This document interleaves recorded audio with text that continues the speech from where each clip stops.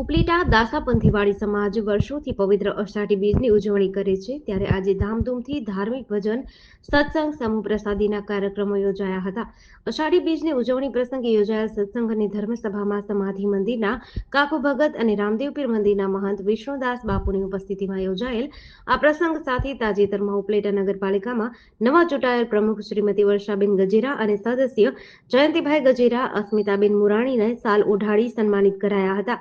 દશાપંથી ટ્રસ્ટના ઉપપ્રમુખ કિશનભાઈ વસોયા, મંત્રી પીબી ડોબરિયા, ટ્રસ્ટીઓ દેવનભાઈ વસોયા, શાંતિભાઈ ગજેરા, નિલેશભાઈ ડોબરિયા તેમજ દશાપંથી મહિલા મંડળના બહેનો, ગતગંગા પરિવારના ભાઈઓ બહેનો હાજર રહ્યા હતા.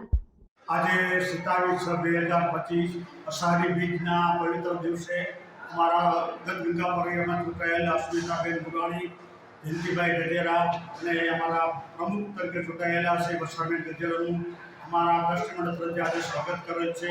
આ પરમ પૂજ્ય દિવસે મારા દશારામ બાપાના સુધાને અમે મહાપ્રસાદનું આયોજન કરેલ છે અને આ દિવસે અમે 3 થી 4 વ્યક્તિઓ આજે પ્રસાદી લીધી છે અને આ પવિત્ર દિવસે અમે બધી રસોઈ બહુ પવિત્ર ધ્યાનથી મનથી બનાવીએ છીએ. જેડીસી ન્યૂઝ સાથે વિપુલ ધામેચા, ઉપલેટા.